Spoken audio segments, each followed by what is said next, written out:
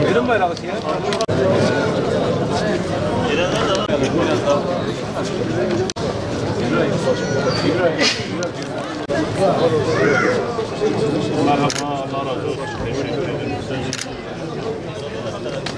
Kaç tane söylesin? Filistin halkı yalnız değildir. Filistin halkı yalnız değildir. Filistin halkı yalnız değildir. İsrail Filistin'den defol. Katil İsrail Filistin'den defol. Çocuklar ölürken sessiz kalınmaz. Çocuklar ölürken sessiz kalınmaz. Çocuklar ölürken sessiz kalınmaz. Urfa'dan Gazze'ye bin selam. Urfa'dan Gazze'ye bin selam. Urfa'dan Gazze'ye bin selam. Değerli basın mensupları, kalbi Filistin için atan, yüreği Gazze'de çarpan, Filistin halkının acısını kurşun yarası gibi yüreğinde taşıyan vicdan sahibi değerli katılımcılar. İlk kıblemiz Mescid-i Aksa için, Kudüs için, bombalar altındaki Gazze için buradayız. Vurulan, yıkılan hastanelerdeki bebekler için, şehit olan sağlık çalışanları için buradayız. Sağlık Sen Teşkilatı olarak Türkiye'nin 81 ilinden, hastanelerimizden sesleniyoruz. Kana doymayan, işgalci, katil, Siyonist İsrail'i lanetlemek, mazlum Filistin halkının haklı davasına destek vermek için buradayız. Kudüs'e selam olsun. Gazze'ye selam olsun. Selam olsun Filistin halkının haklı mücadelesine. Filistin halkı yalnız değildir. Filistin halkı yalnız değildir. Filistin halkı yalnız değildir. Değerli basın mensupları, terörist İsrail kana doymuyor. Gazze'de savaş suçu işlenmektedir. Gazze'de katil İsrail tarafından soykırım yapılmaktadır. Gazze'de bebekler, çocuklar, kadınlar, siviller katledilmektedir. Hastaneler, okullar, camiler bombalanmaktadır. Sağlık Sen olarak yaşanan bu vahşete kayıtsız kalmamız mümkün değildir. Bu soykırımı görmezden gelmemiz imkansızdır. Uluslararası toplum, sözde medeni Avrupa, Gazze'deki soykırımı film izler gibi izlemektedir. İkiyüzlü Batı uygarlığı Gazze'de başını kuma gömmüştür. İkiyüzlü Batı bu vahşeti görmemektedir. İnsan hakları örgütleri üç maymunu oynamaktadır. Dünya Sağlığı Örgütü'nden ses çıktığını duydunuz mu? İnsan hakları savunucularından haber var mı? Şu anda Gazze'de atılan bomba 12.000 tonu bulmuş. Bu bir atom bombasına denk gelmektedir. Yazıklar olsun bu vahşeti görmeyenlere. Yazıklar olsun hastanelerin bombalanmasına göz yumanlara. Yazıklar olsun riyakarlık yaparak İsrail'e arka çıkanlara. Katil İsrail Filistin'den defol. Katil İsrail Filistin'den defol. Katil İsrail Filistin'den defol. Yüreği Gazze'de atan değerli katılımcılar. Gazze'de insanlık dünyanın gözleri önünde katlediliyor. Parçalanan bebekleri yüreklerimiz süzüyor.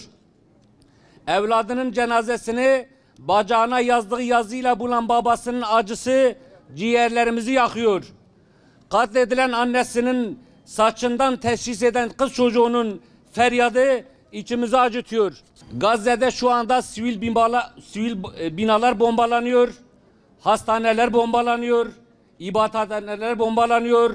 Çocuklar öldürülüyor. Kadınlar öldürülüyor. Yaralılar ve sağlık çalışanları öldürülüyor. Ambulanslar vuruluyor. Gazze'de hastane yok. Gazze'de ilaç yok. Gazze'de doktor yok.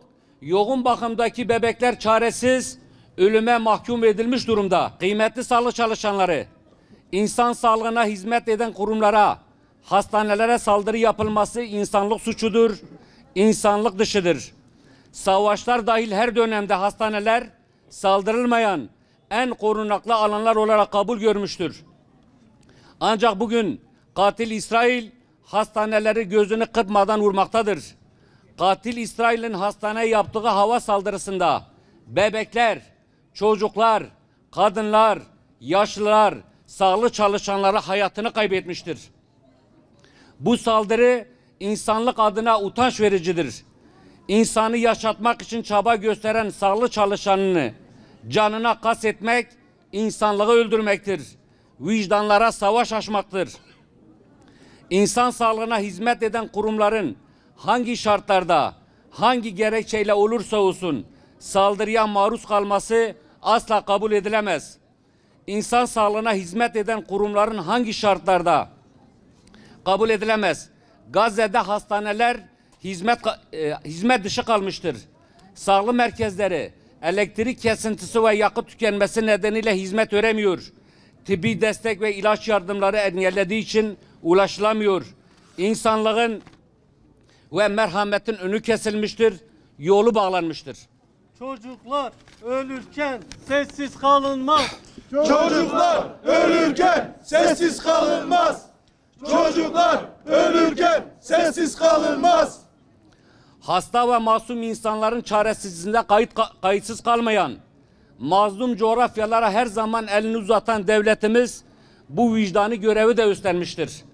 Devletimiz Sağlık Bakanlığımızın öncülüğünde cesaret timsali hekimlerimizle birlikte acil olarak ihtiyaç duyulan ekipmanları, cihazları, malzemeleri Gazze sınırına ulaştırmıştır.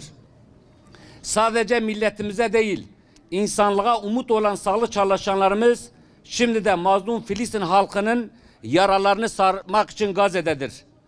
Tüm devletler ve uluslararası kuruluşlar bir an önce Gazze'de insani ateşkesin tesisine yönelik girişimlere samimiyetle destek vermelidir. İsrail makamları insanlığa karşı işlenen suçlara, savaş ve saldırı suçlarına bakan uluslararası ceza mahkemelerinde yargılanmalıdır. İsrail-Filistin arasındaki kör düğümün açılması için reçete bellidir.